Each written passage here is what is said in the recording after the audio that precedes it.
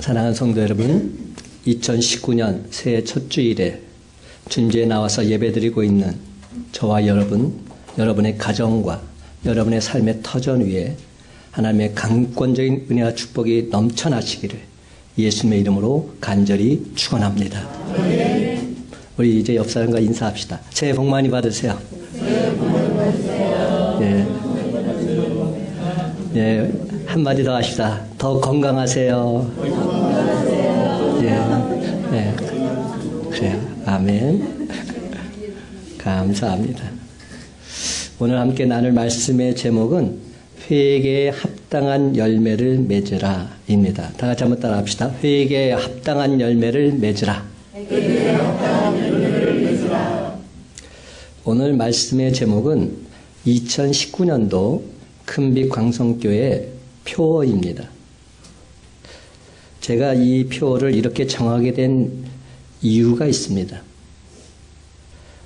조금 전에 기도하셨던 장희주 권사님, 지난해 11월 갑자기 암이 발견되어서 대장암 4기로 인해서 지금 항암 치료를 받고 계세요. 우리 온 교우가 기도해야겠다는 마음으로 갑자기 기도의 자리를 갖게 되었어요. 그런데 그때 하나님께서 다니엘 기도회를 동참하게 해주셨습니다. 우리 온 교우가 밤마다 이곳에 모여서 하나님을 찬양하고 기도하는 시간을 가졌지요. 얼마나 은혜가 넘쳐나는 그러한 시간이었는지 모릅니다. 성령님께서 역사하시는 시간이었어요. 그 중에서 제가 말씀을 듣는 중에 제 마음을 강하게 움직이는 한마디가 있었어요.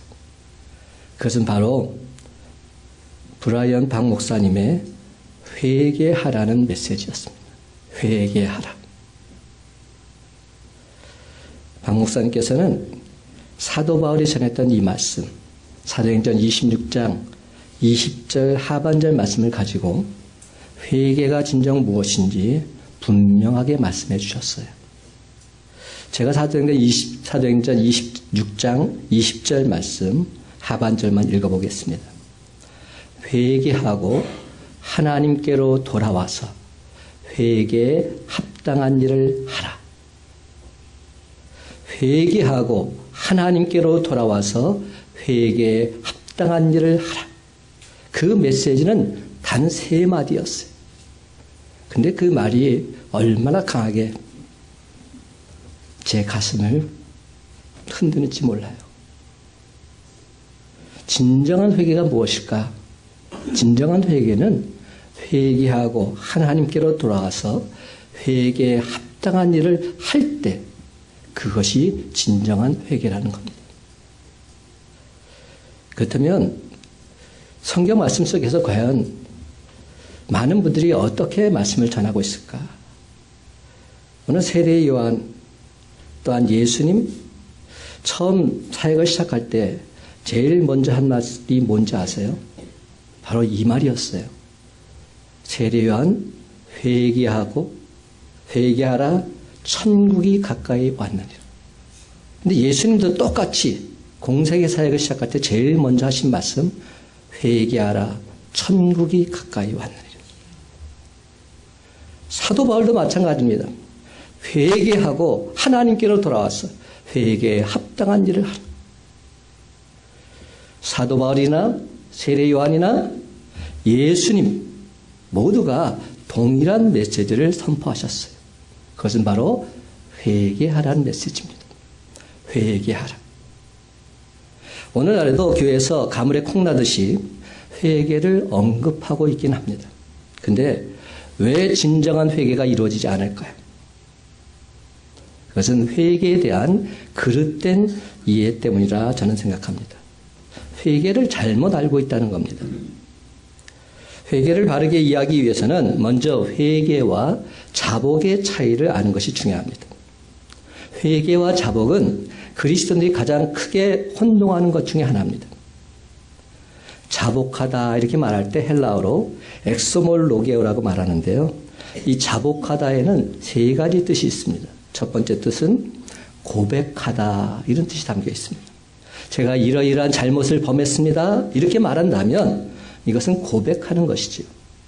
두 번째 뜻은 동의하다 이런 뜻이 담겨 있습니다. 저를 향해서 지적하신 제 잘못들 다 인정합니다 이렇게 말한다면 동의하는 것이죠. 세 번째 뜻은 약속하다 이런 뜻이 담겨 있습니다. 앞으로는 잘못을 범하지 않고 올바르게 살겠습니다 이렇게 말한다면 이것은 약속하는 겁니다. 근데 여러분 이 세 가지 공통점은 고백이든 동의든 약속이든 모두 다 입으로 하는 겁니다. 말로 하는 겁니다. 근데 이에 반해서 회개하다는 말 헬라어로 메타노에오라는 말인데요. 이 말은 무슨 뜻이 담겨 있냐 하면 아예 돌아서거나 길을 바꾼다는 의미입니다. 아예 길을 돌아서거나 길을 바꾼다. 이를테면 동쪽으로 가던 사람이 자신의 방향이 지금 틀렸음을 알았어요. 내가 일로 가면 안 돼. 그것을 깨닫는 즉시 180도 돌이켜서 가는 것. 이것이 회개하는 겁니다. 회개는 또한 움켜쥐고 있던 모든 것 다 놓아놓는 것을 의미하기도 합니다. 이처럼 회개는 말이 아닙니다. 철저하게 행동으로 이루어집니다. 그렇습니다, 여러분. 자복이 이 점이라고 할 것 같으면 회개는 이 점들이 모여서 이루는 선이라고 말할 수 있습니다. 사랑하는 성도 여러분, 회개란 무엇일까요? 돌이키는 것입니다. 어떤 길에서 돌이킵니까? 죄악된 길에서 돌이키는 것입니다. 악하게 살았다면 그러한 삶에서 선한 삶으로 돌이키는 것입니다. 누군가를 헛들고 그렇게 살았다면 이제는 그 사람을 세워주고 그렇게 사는 것입니다. 그렇습니다. 회개에는 합당한 열매가 있어야 합니다. 열매 없는 회개는 회개가 아닙니다. 회개하고 하나님께로 돌아와서 회개에 합당한 일을 하는 것. 여기까지 가야 진짜 회개하는 것이죠. 2019년 새해 첫 주일에 세례 요한이나 사도 바울 그리고 예수님까지 저와 여러분에게 분명하게 말씀해 주고 계십니다. 회개에 합당한 열매를 맺으라. 구약에 보면 하나님께서 에스라, 느헤미야, 학개, 스가랴, 말라기 같은 선지자들을 일으켜서 자기 백성들을 위로해 주십니다. 그들을 세워주십니다. 이에 그들은 다시 용기를 얻고 좌절 가운데 일어나서 무너진 성과 하나님의 집 성전을 일으켜 세우고 있습니다. 근데 참으로 안타깝게도 답답한 사실은 말라기 선지자 이후에는 약 400여 년 동안 그 어떤 선지자도 나타나고 있지 않습니다. 여러분, 이를 우리는 신구약 중간 시대라고 말합니다. 바로 그 기간 동안 하나님께서는 절망 가운데 단식하고 있는 백성들에게 선지자를 통해서 그 어떤 위로의 말씀과 소망의 말씀도 주지 않으십니다. 그렇습니다. 하나님께서 길게 침묵하셨던 겁니다. 하나님이 침묵하시는 가운데 이스라엘 백성들, 하나님께서 우리를 버리셨는가? 하나님 우리를 떠나셨는가? 이런 생각마저 하게 됩니다. 이러한 오랜 침묵의 시간이 흐른 후에 마침내 하나님의 선지자가 나타나고 있습니다. 그의 이름은 요한입니다. 요단강이 흐르는 광야에 살고 있습니다. 낙타토롯으로 만든 옷을 걸치고 있었고 양식으로는 메뚜기와 또한 들에서 난 꿀을 먹었습니다. 그는 누가 봐도 검소하고 청빈한 삶을 살았습니다.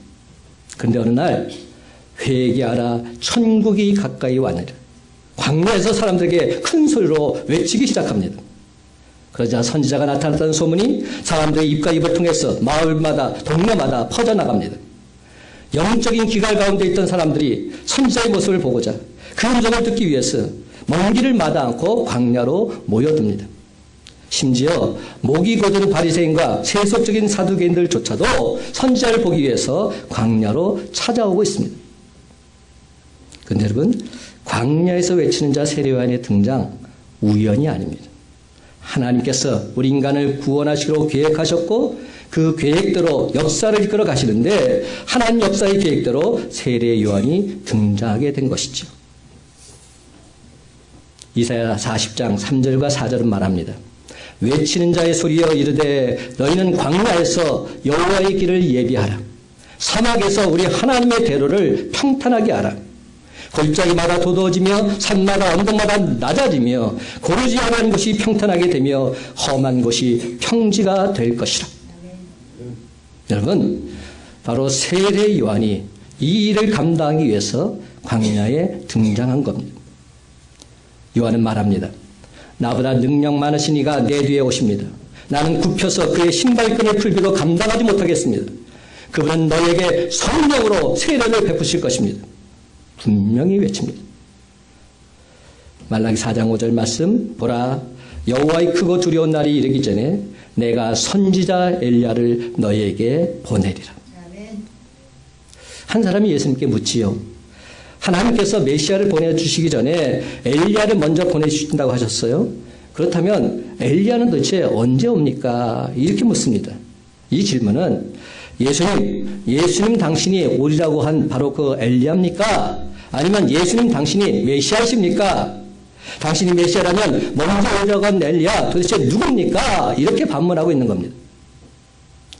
이 예수님께서는 엘리야가 과연 먼저 와서 모든 일을 회복하리라. 내가 너에게 말하니 엘리야가 이미 왔을 때 사람들이 알지 못하고 임의로 대우하였도다. 말씀하십니다. 예수님께서 세례 요한을 가리켜서 엘리야라고 공식적으로 밝히신 겁니다. 하나님께서는 세상 모든 사람들을 죄에서 구원하시고 영원한 생명을 주실 계획을 세우셨습니다.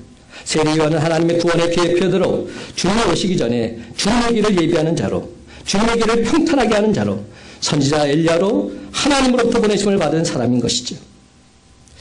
예를 들면 우리나라에 국빈이 방문할 경우가 있죠. 그때 많은 준비가 필요합니다. 국빈이 도착했을 때 환영 행사를 준비하고 회의 장소, 환영 만찬, 기념 공연, 방문지 선정, 그리고 국빈과 그 수행원들이 묵을 영빈관을 준비하는 겁니다. 그런데 여러분, 왕 중의 왕이시오, 이 세상에서 죽음을 넘어 영원한 세상까지 다스리시는 위대하신 임금, 영원부터 영원까지 통치하실 임금이 오시는데 우리는 과연 어떻게 준비해야 하겠습니까? 세상 임금은 화려한 의전 행사를 갖고 화려한 만찬과 잘 꾸며진 영빈관에 모시지만 영원한 임금은 그렇게 모시는 거 아닙니다. 영원한 임금은 우리 마음에 모시는 겁니다. 우리 마음 중심에 모시는 겁니다. 그래서 세례야는 이렇게 외칩니다. 회개하라, 천국이 가까이 왔느니라. 세상 임금이야 겉나 훑어보고 돌아가지만 영원한 임금은 우리 마음속에 오시기에, 우리 마음속에 오셔서 영원토록 우리를 다스릴 분이시기 때문에 그러므로 회개해야 하는 것입니다. 사랑하는 성도 여러분, 천국에 누가 들어갈까요? 거룩하신 하나님, 의로우신 하나님, 알파와 오메가, 처음과 나중 계신 하나님께서 계신 천국에 과연 누가 들어갈 수 있을까요? 깨끗하지 못한 사람 들어갈 수 없습니다. 정결하지 못한 사람 절대로 들어가지 못합니다. 이사야 35장을 보면 하나님의 나라로 가는 대로, 즉 거룩한 길이 있는데 깨끗하지 못한 자는 결단코 지나지 못하리라 분명히 말씀합니다. 여러분, 거룩한 나라의 영원하신 임금 예수님께서는 어떤 사람이 과연 임하실까요? 마음이 정결한 사람에게, 마음이 깨끗한 사람에게 임하지 않으실까요? 그래서 다윗도 항상 이렇게 기도했어요. 내게 정결한 마음을 주옵소서. 주의 성령을 내게 떠나지 마옵소서.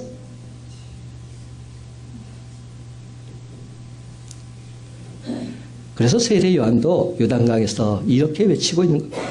회개하라, 천국이 가까이 왔다. 그리고는 세례를 베풉니다. 이것이 바로 회개의 세례입니다. 세례는 우리 몸이 더러워졌을 때 우리 몸을 물로 씻는 것처럼 우리 마음과 영혼을 물로 씻어서 정결하게 하는 예식이죠. 많은 사람들이 자신의 죄와 허물을 회개하고 세례받고 깨끗하고 정결하게 되었습니다. 그런데 여기서 끝나게 되면 만왕의 왕이신 예수 그리스도, 만주의 주 예수 그리스도 우리 주님을 온전히 맞이할 수는 없습니다. 그러므로 세례 요한은 더욱더 큰 소리로 이렇게 외칩니다. 회개에 합당한 열매를 맺으라. 회개에 합당한 열매를 맺으라. 7절부터 9절까지 그런 마음을 생각하면서 이 말씀을 읽어보십시다. 7절부터 9절 한 목소리 있습니다. 시작. 요한이 세례받으러 나오는 무리에게 이르되 독사의 자식들아 누가 너에게 일러 장차올 진노를 피하라 하더냐. 그러므로 회개에 합당한 열매를 맺고 속으로 아브라함이 우리 조상이라 말하지 말라. 내가 너에게 이르노니 하나님이 능히 이 돌들로도 아브라함의 자손이 되게 하시리라. 이미 도끼가 나무 뿌리에 놓였으니 좋은 열매 맺지 아니하는 나무마다 찍혀 불에 던져지리라. 아멘.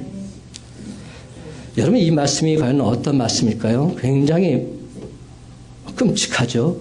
굉장히 무섭기까지 합니다. 근데 여러분, 이 말씀 제가 오늘날의 언어는 어떻게 쓰여졌을까 한번 다시금 봤어요. 이게 유진 피터슨이 성경을 다시금 현대어로 잘 푼 메시지인데요.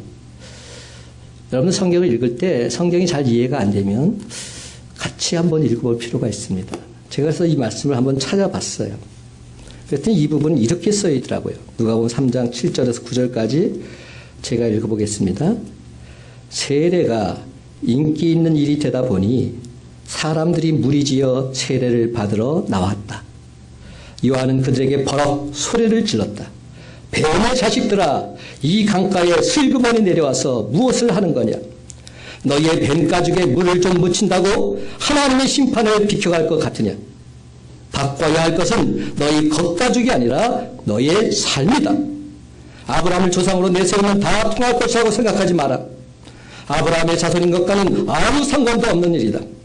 흠에 빠진 것이 아브라함의 자손이다. 하나님께서 원하시면 돌들로도 아브라함의 자손을 만드실 수 있다. 중요한 것은 너희의 삶이다. 너희 삶은 푸르게 꽃피고 있느냐? 말라 죽은 가지라면 땔감이 되고 말 것이다. 이게 지금 이렇게 번역되어 있어요. 여러분, 어떤 생각이 드세요? 저는 이 메시지 번역을 보면서 특히 이 부분이 와닿았어요. 너희의 뱀가죽에 물을 좀 묻힌다고 하나님의 심판을 비켜갈 것 같으냐? 바꿔야 할 것은 너희 겉가죽이 아니라 너희의 삶이다. 너희의 뱀가죽에 물을 좀 묻힌다고. 무슨 의미인지 아시겠죠? 여러분, 세례 100번, 1000번 받아도 아무 소용이 없다는 겁니다. 삶이 변화되지 않는다면. 삶이 변화해야 되는데 삶은 바뀌지 않은 채 종교의식만 해가고 있는 것을 이렇게 표현한 겁니다.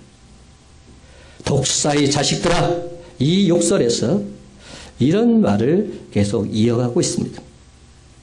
참으로 놀라운 표현이라 말하지 않을 수 없습니다. 세례 요한이 광야에서 회개하라 천국이 가까이 왔다고 외쳤을 때 사람들은 요한이 외치는 소리를 듣고는 무리지어 세례를 받으러 요단강으로 나왔습니다. 그들 중에는 정말로 진심으로 회개해서 나온 사람도 있었겠지요. 하지만 대부분의 사람들은 그냥 호기심에 우르르 몰려 나온 사람들이 대부분이었을 겁니다. 야, 선지자가 나타나니까 한번 구경하러 가보자. 어떤 말을 전하는지 한번 들어보자. 아마 요한은 그런 사람들을 대상으로 버럭 소리를 질렀을 것입니다. 사실 마태복음에서는 그 대상을 구체적으로 명기합니다. 바리새인과 사두개인들이라고. 그 당시 이스라엘 백성들은 무엇보다 혈통을 중요시 여기고 있었습니다. 그들에게 있어서 구원은 상속되는 것으로 여겨졌지요. 자신들이 아브라함의 자손인 이상 하나님께서는 자신들을 구원해 주실 것이다 확신했습니다. 심판은 저 이방인에게만 떨어질 것이다 이렇게 생각했습니다. 그런 유대인들에게 요한은 청천벽력 같은 소리를 하고 있습니다. 하나님은 근처에 널려있는 돌들도 아브라함의 자손으로 만드실 수 있다고. 그러니까 아브라함의 자손이라고 그달이 별로 중요한 것이 아니라고. 뻐길 필요 없다고. 우리가 신앙생활하면서 항상 어떤 생각을 합니까? 나는 예수 믿는다고. 나는 예수 믿는 자라고. 여러분, 그거 뻐길 필요 없습니다. 자랑할 필요 없습니다. 바리새인과 서기관들과 같이 똑같이 될 수도 있기 때문에 하나님의 자녀가 진정된다면, 하나님의 자녀라고 인정받기를 원한다면 회개에 합당한 삶을 살고 있느냐, 이것이 더 중요한 겁니다. 그래서 세례요한은 이렇게 외칩니다. 오히려 심판의 도끼가 나무 뿌리에 놓여 있다고. 즉 심판이 멀지 않았다 경고하고 있습니다. 세례요한으로부터 이 소식을 들은 아브라함의 자손들 정말로 크나큰 충격을 받았겠지요. 지금 요한이 강조하고 있는 것은 심판이 아닙니다. 많은 사람들은 오해를 해요. 세례요한은 너무 강하다고, 그리고 심판만 얘기한다고. 아니요. 세례요한은 지금 심판을 얘기하는 것이 아닙니다. 진짜 예수를 믿으라는 겁니다. 진짜 하나님을 믿으라는 겁니다. 그리고 하나님만 합한 열매를 맺어 나가라는 겁니다. 심판 자체가 아니라 삶의 열매를 강조하고 있습니다. 진심으로 회개했다면 그의 합당한 열매가 드러날 수밖에 없다고. 이렇게 말하고 있는 것이죠. 이는 만약 열매가 없다면 나무 자체가 문제가 있다는 것임을 우리가 알 수 있습니다. 열매가 계속 없다면 나무에 문제가 있는 겁니다. 그래서 하나님 심판의 도끼가 나무 뿌리를 잘라버릴 것이다 경고하고 있습니다. 세례요한의 이런 외침은 구약의 예언서들이나 신약의 야고보서를 생각나게 합니다. 특히 야고보서는 행함이 없는 믿음은 죽은 믿음이라 강력히 경고하고 있죠. 여기서 우리는 좀 혼란이 생깁니다. 전통적으로 교회에서 듣고 믿어왔던 행함이 아니라 믿음으로 의롭게 된다는 기독교의 핵심적인 진리, 로마서의 이신칭이 어떻게 받아들여야 할까 다시금 진지하게 생각해 볼 필요가 있습니다. 오직 의인은 믿음으로 말미암아 살리라. 이신칭의 이 말씀은 그 당시 율법을 가지고 있고 그 율법을 지키는 행위를 통해서 이스라엘이 구원을 받게 된다고 생각했던 당시 유대인들에게 사도 바울이 던진 폭탄과도 같은 그러한 말씀이었습니다. 율법의 행위를 통해서 하나님께 인정받을 수 있는 사람 아무도 없다는 겁니다. 하나님께서 예수 그리스도를 통해서 하신 일을 믿음으로 받아들인 사람들만이 하나님의 자녀가 될 수 있다 분명히 선언했기 때문입니다. 정말 그렇다면 유대인이라는 혈통은 별 의미가 없게 되는 것이죠. 또한 그 말씀은 당시 사회의 하층민들에게는 정말이 기쁜 소식이었습니다. 복음 그 자체였습니다. 그들은 율법의 세세한 지침들을 따르지 못하고 있었고 그로 인해서 주류 세력으로부터 죄인이라 멸시천대를 받고 있었기 때문입니다. 이처럼 특히 이방인과 하층민들에게 이신칭의 말씀은 복음이 될 수 있었던 겁니다.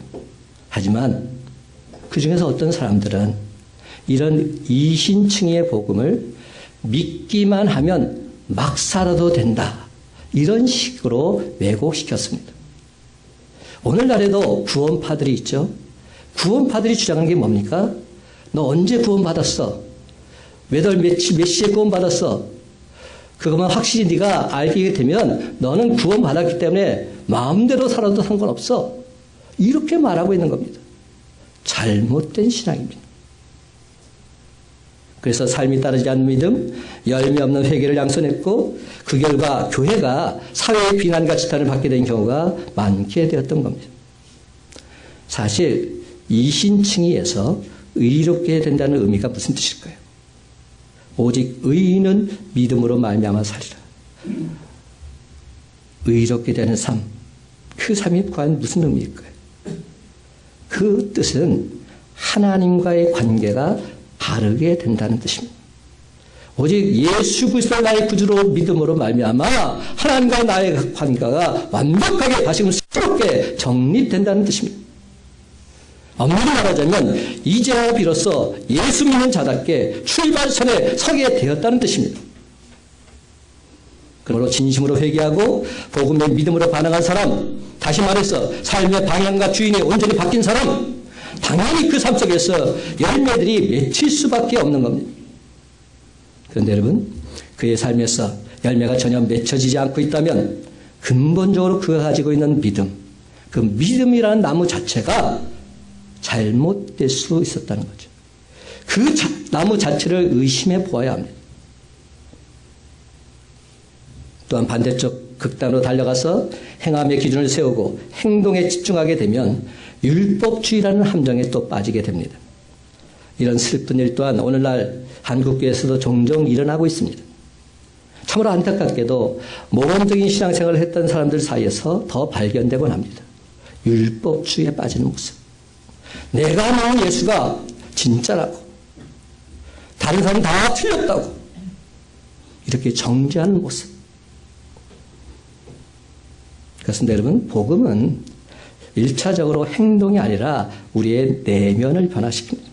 따라서 날마다 복음의 뿌리를 내리고 하나님과 관계에 집중하고 겸손하게 하나님 말씀 앞에 서는 사람, 당연히 그 삶 속에서 열매가 맺혀지게 되어 있습니다. 왜 그렇습니까? 그것은 수준의 문제가 아니라 방향의 문제입니다. 역설적으로 본다면 열매의 문제가 아니라 나무의 문제이기 때문입니다. 그렇습니다. 세례 요한은 진정한 회개가 무엇인지 우리에게 가르쳐주고자 했던 겁니다. 다시금 분명하게 말씀드립니다. 회개란 입으로 잘못을 자백하는 것이 아닙니다. 회개란 가슴을 치며 통회하는 것도 아닙니다. 진정한 회개란 입으로 잘못을 자백하고 가슴을 치며 통회할 뿐만 아니라 회개에 합당한 열매를 맺는 것입니다. 왜냐하면 회개란 말에는 참회한다, 뉘우친다는 뜻뿐만 아니라 뒤로 돌아간다, 생각을 바꾼다, 이런 의미가 분명히 담겨져 있기 때문이죠. 그렇습니다. 진정한 회개란 생각을 바꾸는 것이요, 행동을 바꾸는 것입니다. 삶 자체가 180도 변화되는 겁니다. 주님을 향해서 나아가는 삶입니다. 이게 회개한 자의 모습입니다. 지금까지 나를 위해서 살았고, 나의 만족을 위해 살았고, 나의 영광을 위해 살았고, 세상에 썩어질 것을 위해서 살았습니다. 그러나 회개한 이제부터는 나를 주신 하나님을 위해서 살고, 하나님의 영광을 위해서 살고, 하나님의 선하신 뜻을 위해서 살고, 썩어진 세상의 것으로부터 영원하고 신령한 하나님 나를 위해서 살아가는 모습이 참된 회개자의 모습인 줄로 믿습니다. 아멘. 여러분, 성경을 보면 삭개오 이야기가 나오죠. 특히 어렸을 때 이 삭개오 얘기를 들으면서 너무나도 그때 즐거워했던 기억이 제가 납니다. 그리고 제가 교육전도사가 됐을 때 제일 먼저 했던 설교가 삭개오 설교예요. 애들이 너무 그걸 좋아하더라고요. 여러분, 삭개오를 한번 생각해 보십시다. 삭개오는 손가락질 당하던 세리였어요. 세금을 많이 거두어서 일부는 로마 정부에 가져다 바치고 일부는 자기 몫으로 챙기며 그렇게 살았던 정말로 못된 사람이죠. 그는 돈을 많이 벌어서 부유하고 풍족하게 살았습니다. 근데 그 모든 것이 남의 것을 강탈하고 남을 속여서 빼앗으며 그렇게 살았던 모습입니다. 그런데 어느 날 이런 삭개오가 주님을 자기 집에 모시고 있습니다. 자기 집에 모실 뿐만 아니라 자기 마음속에 모시고 있습니다. 그 순간 그는 남의 것을 강탈한 것, 속여 먹은 것, 이것에 대해서 성경 말씀대로 사배를 갚겠다 주님께 약속합니다. 성경 말씀대로 이제부터 살겠습니다 고백하고 있습니다. 그렇습니다. 삭개오, 그는 다시는 남의 것을 강탈하거나 속여 먹지 않겠다 주님 앞에서 맹세하고서 이를 행동에 옮기고 있는 겁니다. 그러므로 삭개오는 회개에 합당한 열매를 주렁주렁 맺는 진짜 신앙인이 된 줄 믿으시기 바랍니다. 비록 삭개오는 세상 사람들이 손가락질은 세리였지만 예수님께서는 그를 향해서 이렇게 말씀하십니다. 너도 아브라함의 자손이다. 너도 하나님의 백성이다. 너도 천국 시민이다. 분명하게 말씀하십니다. 여러분, 누가 아브라함의 자손입니까? 하나님 말씀대로 사는 자가 하나님의 자녀요 아브라함의 자손입니다. 누가 진정 하나님의 백성입니까? 하나님 말씀대로 사는 자가 하나님의 백성이요 하나님의 일꾼들이지요. 누가 진정 천국 백성, 천국 시민입니까? 하나님 말씀대로 순종하며 그 뜻대로 살아가는 자가 진짜 천국 시민이 된 줄 믿으시기 바랍니다. 그런데 여러분, 2000년 전에 이 땅에 오신 예수님께서 부활 승천하시면서 우리에게 이렇게 말씀하셨지요. 다시금 내가 이 땅에 오시겠다고. 2000년 전에는 하나님 나라를 건설하시기 위해서 오셨는데 이제는 완성시키기 위해서 다시금 오실 것입니다. 예수님께서 2000년 전에는 우리를 구원하시기 위해서 오셨습니다. 그러나 다시 오실 때에는 우리를 심판하시기 위해서 오시겠다 하십니다. 그렇다면 심판주로 오시는 예수님 앞에서 우리가 과연 어떤 모습으로 서 있어야 하겠습니까? 마라나타, 아멘, 주 예수여 어서 오시옵소서, 이런 고백이 우리 입술에서 나와야 하지 않겠습니까? 우리 모든 죄와 허물을 회개하고 예수 십자가의 보혈로 깨끗이 씻음 받아서 정결한 주의 백성이 되어 살아가야 하지 않겠습니까? 회개에 합당한 열매 주렁주렁 맺으며 모든 영광을 하나님께 돌리는 삶을 살아가야 하지 않겠습니까? 이미 도끼가 나무 뿌리에 놓여 있습니다. 주님 오실 때 열매 없는 나무들은 다 찍혀서 불에 던져질 것입니다. 주님 손에 키를 드시고 타작마당을 정하게 하셨어요. 알곡은 모아서 곡간에 들이시고 죽정은 영원히 꺼지지 않는 불에 던져버리실 것입니다. 사랑하는 성도 여러분, 지금 남들 눈에 예수 믿는다고 하는 우리들은 지금 알곡처럼 회개에 합당한 열매를 맺으며 살고 있습니까? 혹여 여전히 하나님 보시기에 쭉정이처럼 껍데기 신앙생활을 하고 있지는 않습니까?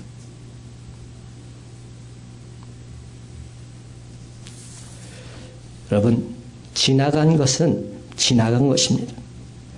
이제부터가 중요합니다. 이제부터 하나님의 자녀답게 그리스도인답게 살면 되는 겁니다. 그러면 주님께서 우리를 다 용서하시고 받아주십니다. 하나님 말씀이 우리 삶에 있어서 진정 생명된 말씀이 되기만 하면 되는 것이죠. 어느 시간 주님이 우리에게 이렇게 말씀하십니다. 회개에 합당한 열매를 맺으라. 그렇습니다, 여러분. 2019년 새해 첫 주일에 세례 요한을 통해서 하나님께서 주신 이 말씀 꽉 붙잡으시고 회개에 합당한 열매를 주렁주렁 맺는 저와 여러분이 다 되시기를 간절히 소망합니다. 이제 말씀을 맺습니다.